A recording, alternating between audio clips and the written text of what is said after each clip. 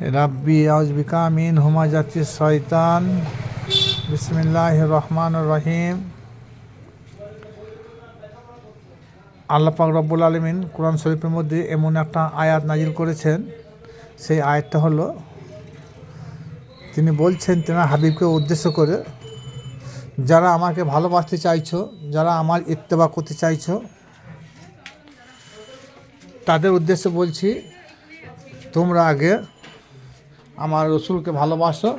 আমার রসুলকে ভালোবাসলে আমাকে ভালোবাসা হবে, আমার রসুলের ইত্তেবা করলে আমার ইত্তেবা করা হবে, আমার রসুলকে অনুসরণ করলে আমারই অনুসরণ করা হবে। এবং সাহাবীরা যে তখন কলমা পড়েছিলেন, সেই কলমা লা ইলাহা ইল্লাল্লাহু মুহাম্মাদুর রাসূলুল্লাহ। তাহলে নাই কোনো উপাসক, নাই কোনো মাবুদ আল্লাহ ব্যতীত, মুহাম্মদ রসুল আল্লাহ, মুহাম্মদ রসুল আল্লাহ। এটাকে যে জবর পেশ দিয়ে কী বলা হয়েছে? মুহাম্মাদুর রসুলুল্লাহ, কিন্তু হাকিকতে এর অর্থ হলো মুহাম্মদ রসুল আল্লাহ। কী হয়েছে? মুহাম্মদ প্রশংসিত, রসুল বার্তাবাহক। প্রশংসিত বার্তাবাহক আল্লাহ। তার প্রশংসিত বার্তাবাহককে আমাদের নবী মুহাম্মদ মুস্তাফা সাল্লাল্লাহু তাআলা আলাইহি সাল্লাম, তিনি হলেন আল্লাহ। এ হকিকতে মানে, শরীয়তে মানে কি বলা হয়েছে? লা ইলাহা ইল্লাল্লাহু মুহাম্মাদুর রাসূলুল্লাহ, নাই কোনো মাবুদ আল্লাহ ব্যতীত, মুহাম্মদ আল্লাহ প্রেরিত রসুল। এর বেশি আমরা জাহাজের মতো কেউ কিছু বুঝি না, কিন্তু হকিকতে যেটা বললাম এটা ঠিক। তার প্রমাণ দেখুন, আগে বললাম যে রসুলের অনুসরণ আল্লাহরই অনুসরণ, রসুলের মহব্বত আল্লাহরই মহব্বত, রসুলকে দেখা আল্লাহকে দেখা। এরপরে মান রানী ফাকাত রায়াল হক, হাদিস কুদসি। আল্লাহ নবী কী বলেন? আমাকে যে দেখলো তারা তাদের হককে দেখলো। তাহলে সাহাবীরা কলমা পড়েছে, দেখে পড়েছে, কারণ মুহাম্মদ রাসূলুল্লাহ সাল্লাল্লাহু তাআলা আলাইহি সাল্লাম, তিনার চোখে চোখ পড়েছে, হাতে হাত পড়েছে। আজ বিংশ শতাব্দীর যুগে মানুষ যারা কলমা পড়েছে বলছে যে আমরা কলমা পড়েছি, তারা কি রসুলের হাতে কলমা পড়েছে না রসুলকে দেখে কলমা পড়েছে? এখানে একটা গবেষণার বিষয় আছে। আর গবেষণা যদি কেউ না করে, তাহলে লাকুম দিনকুম ওলিয়া দিন।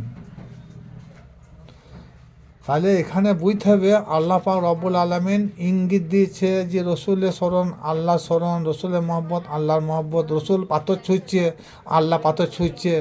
রসুল কথা বলছে, আল্লাহ বলছে আমার জবানে কথা বলছে।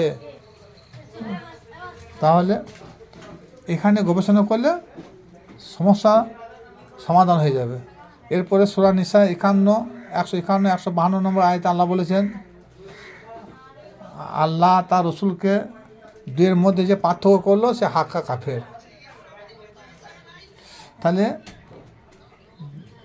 রসুলকে দেখা আল্লাহরই দেখা, রসুলের হাত আল্লাহরই হাত, কোরআন দ্বারা প্রমাণিত হয়েছে। এইবার আসুন, এই বিংশ শতাব্দীর যুগে যে মানুষ বলছে আমি কলমা পড়ছি, তাই কি রসুল দেখেছে? কিন্তু আমরা কলমা, নামাজ, রোজা, হজ, জাকাত, ইসলামের 5টি ব্যানা, এটা বলা হয়েছে ফরজ। কিন্তু এই যে 5টি রুকন সবার জন্য ফরজ নয়। কলমা, নামাজ, রোজা সবার জন্য একটা ফরজ আইন। হজ, জাকাত সামর্থ্যবান ব্যক্তি ব্যতীত কেউ করতে বা পালন করতে পারবে না। তাহলে যাদের অর্থ আছে, সামর্থ্য আছে, তারাই হজ করবে এবং জাকাত দেবে। এই যে ইসলামী 5টা রোকন, এই ইসলামী 5টা রোকনের মধ্যে আবার জাহের বাতেন আছে। জাহের বাতিল এক প্রকাশে এক গোপনে। তাহলে জাহের প্রকাশ্যে লা ইলাহা ইল্লাল্লাহ মুহাম্মাদুর রাসূলুল্লাহ মুখে মুখে শুনেছি, কাগজ কলমে পড়েছি, হাদিস থেকে পড়েছি, কোরআন থেকে পড়েছি। আর হকিকতে কলম হলো একজন রসুলের চোখে চোখ রেখে হাতে হাত রেখে কলম পড়া, এটা হচ্ছে মারফতের কলম পড়া। সুতরাং যারা তরিকার ভাই আছেন তারাও রসুলের হাতেই হাত দিয়ে কলমা পড়ে তওবা করে বায়াত গ্রহণ করেছেন। সুতরাং তেনাদের রসুল দেখার আর বাকি নাই। এবার আসুন নামাজ। আমরা যে পাঞ্জাঙ্গানা প্রচলিত নামাজ পড়ি, এ নামাজে আল্লাহর নৈকট্য লাভ করা যাবে না। এটা হলো জাহিরি নামাজ। এর বাতিনি নামাজ হলো যেটাকে বলা হয় আরবিতে সালাত। সালাত যারা কায়েম করেছে তারা অহরহ সব সময় তারা তাদের মিরাজ হয়েছে। অথচ সেই মিরাজের মাধ্যমে আল্লাহর নবী যেমন আল্লাহর নৈকট্য লাভ করেছেন, তদ্রূপ আমরা যারা সালাত যারা কায়েম করতে পেরেছি, কায়েমের মাধ্যমে তাদের আল্লাহ দর্শন হয়েছে। কারণ রসুল হাতে যখন হাত দিয়ে বায়াত গ্রহণ করেছে, কলমা পড়ে তওবা করেছে, সেই রসুলের হাতটাই হলো আল্লাহরই হাত। তবে রসুল নির্ণয় করতে হবে। এরপর হজ না রোজা। রোজা হচ্ছে ফার্সি শব্দ, আরবি হলো সিয়াম। শরীয়তে সিয়াম হলো সকাল থেকে ভোর থেকে সন্ধ্যা পর্যন্ত উপবাস থাকা, কোনো রকমের খাদ্যদ্রব্য গ্রহণ করা যাবে না, এক বিন্দু পানীয় পর্যন্ত। তাহলে এটা হলো উপোস থাকা হলো শরীয়তের রোজা। আর হকিকতের রোজা হলো সমস্ত রকমের পাপাচার থেকে দূরে থাকা, এ টু জেড পর্যন্ত। কারণ যেমন খুব সংক্ষিপ্ত, আমার চোখ দ্বারা, আমার হাত দ্বারা, আমার পা দ্বারা, আমার জুবান দ্বারা যেন ক্ষতি না হয়। কোনো রকমের কামনা বাসনা, লোভ লালসা, হিংসা, নিন্দা, পরচর্চা, এসব যেন আমাদের মন মস্তিষ্ক থেকে যেন দূরীভূত হয়ে যায়। আর এগুলাকে যদি আমরা মন মস্তিষ্ক থেকে যদি দূরীভূত না করতে পারি, তাহলে ওই উপোস থাকাই হবে ওই রোজা। তার জন্য বললাম যে রোজা এক জাহিরের রোজা, এক হকিকতের রোজা। যারা আপন রসুলের হাতে হাত দিয়ে তওবা করে কলমা পড়ে বায়াত গ্রহণ করেছে তারা সিয়াম পালন করে। আর যারা রসুলের হাতে হাত না দিয়ে মৌখিকভাবে কলমা পড়ে মুসলমান হয়েছে, তারা ওই ভোর 4টে থেকে কি 5টা থেকে সন্ধ্যা 6টা পর্যন্ত সমস্ত রকমের আহারদ্রব্য বন্ধ করা, এটা হচ্ছে তাদের জাহিরি রোজা। জাহিরি রোজার সঙ্গে বাতিনের রোজার আকাশ আর জমিন পার্থক্য।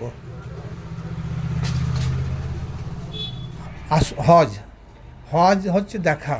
তাহলে আমরা যারা হজ করতে যাচ্ছি বা গিয়েছি, তারা কাবা শরীফ দেখে, ছাপা মারোয়া পাহাড় দেখে, হজের পাকে রওজা শরীফ দেখে। বাতিনি হজ হলো আল্লাহর কাবাকে বাড়িতে বসিয়ে দর্শন করা। আল্লাহকে দেখা হয়, কেন আল্লাহ রসুলকে দেখা হলে আল্লাহকেও দেখা হয়ে যায়। কারণ মদিনায় গিয়ে আল্লাহ নবীর মাজার দর্শন করা হয়, আল্লাহ নবীর দর্শন হয় না। হকিকতে যারা বায়াত গ্রহণ করেছেন, যারা কলমা পড়েছেন, তাদের বাড়িতে বসে বসে রসুলের মাজার তো দূরের কথা, স্বয়ং রসুল পাক সাল্লাল্লাহু তাআলা আলাইহি সাল্লামের সঙ্গে তাদের সাক্ষাৎ বা দিদার হয়ে থাকে। কারণ এটা আমি যেটা বলেছি, এটা কোরআন থেকে বলেছি। যদি কারো মনে আঘাত লেগে থাকে, যদি সন্নিকটের মধ্যে আমার বাসস্থান হয়, তাহলে আসবেন। আর যদি ফোনের মাধ্যমে হয়তো সব কিছু জানানো যাবে না, হয়তো কমেন্টে অনেক কিছু করতে পারেন, বলতে পারেন, কিন্তু আমি যেটা বলবো আর বলছি সব কোরআন ভিত্তিক বলছি, তবে ওপর বুঝলে হবে না। তাহলে হজের ফয়সালা মিলল। জাকাত হচ্ছে জাহেরি জাকাত। 20 টিনের 1 টিন ধান জাকাত দাও, শতকরা 2.5 টাকা জাকাত দাও। কিন্তু আল্লাহ পাক রব্বুল আলামিন সমগ্র কোরআন শরীফের মধ্যে 20 টিন ধানে 1 টিন ধান জাকাত লাগবে, শতকরা 2.5 টাকা জাকাত লাগবে, এরকম কথা বলে নাই। সোনার উপর থাইলে সেই টাকার হিসাব অনুযায়ী জাকাত লাগবে, এ কথা আল্লাহ বলে নয়, এটা হাদিস দ্বারা প্রমাণিত। আর এটা হলো জাহিরি জাকাত বা তিনি জাকাত হলো নিজের অন্তরের যে ষড়রিপুগুলো রয়েছে, আমাদের মন মস্তিষ্কের মধ্যে যে ষড়রিপুগুলো রয়েছে, ওই ষড়রিপুগুলোকে দূরীভূত করা নামই হলো জাকাত। তাহলে লোভ, কাম, ক্রোধ, মদ, মাহ, মাৎসর্য, কামনা, বাসনা, হিংসা, নিন্দা যত রকম আছে সেগুলোকে আমাদের মন মস্তিষ্ক থেকে বের করে দিতে হবে। যেমন কাবা শরীফের মধ্যে 360টি মূর্তি ছিল, আমাদের মানব দেহের মধ্যে ওই রকম 360টি মূর্তি রয়েছে, আমাদের সর্বদাই গ্রাস করার চেষ্টা করছে। তা এই 360টি মূর্তিকে আমাদের দেহ ভাণ্ডার থেকে বের করে ফেলে দিতে হবে। কারণ কেন বলা আমাদের দেহের মধ্যে 360টি মূর্তি আছে? আল্লাহ পাক রব্বুল আলামিন তো বলেছেন যে যাহা আছে পৃথিবীর জমিনে তাই আছে মানব জমিনে। সূরা জারিয়াত 20-21 নাম্বার আয়াতটা দেখে নেবেন।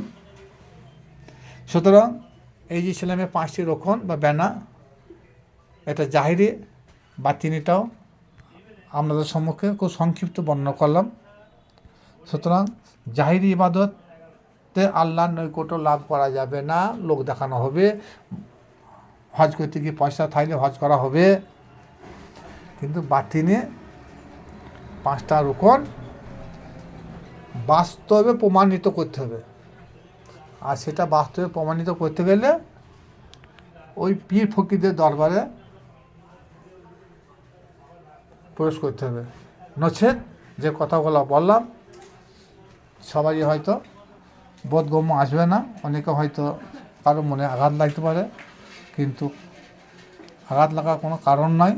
আমি যেটা বলেছি সম্পূর্ণ কোরআন ভিত্তি বলেছি, তবে কোরআন পড়ার বিষয় নয়, কোরআন গবেষণার বিষয়। গবেষণা করুন, সবই বুঝতে পারবেন। আর আল্লাহ পাক রব্বুল আলামিন তো বলেছেন যে কলমা তৈবা সম্বন্ধে তিনি বলেছেন যে কলমা তৈবা একটা বৃক্ষের মতন। তাহলে কলমা তৈবা একটা বৃক্ষ, একটা বৃক্ষের আকার আছে। তাহলে যখনই আল্লাহ পাক রব্বুল আলামিন কলমাটাকে একটা বৃক্ষের সঙ্গে তুলনা করেছে, তাহলে আমাকে জানতে হবে বৃক্ষের সারমর্মটা কী। তাহলে বৃক্ষের সারমর্ম হলো তার মূল, তার গোড়া, তার ডালপালা, তার ফুল ফল। তা সুতরাং কলমার হকিকতটা আমাকে জানতে হবে বা আপনাদেরকেও জানতে হবে যে আমাদের মধ্যে কলমার মধ্যে মূলটা কে, গোড়াটা কে, ডালপালাটা কে, ফুল ফলটা কে। কারণ এটা আল্লাহ পাক রব্বুল আলামিন তিনিই বলেছেন যে আমি তোমাদেরকে কলমা তৈবা কি জানিয়ে দেবো, ইহা একটা বৃক্ষের ন্যায়। তাহলে একটা বৃক্ষের সঙ্গে কলমাকে তুলনা করেছে, তাহলে বৃক্ষ দেখা যায়, তাহলে নিশ্চয়ই কলমাও দেখা যাবে।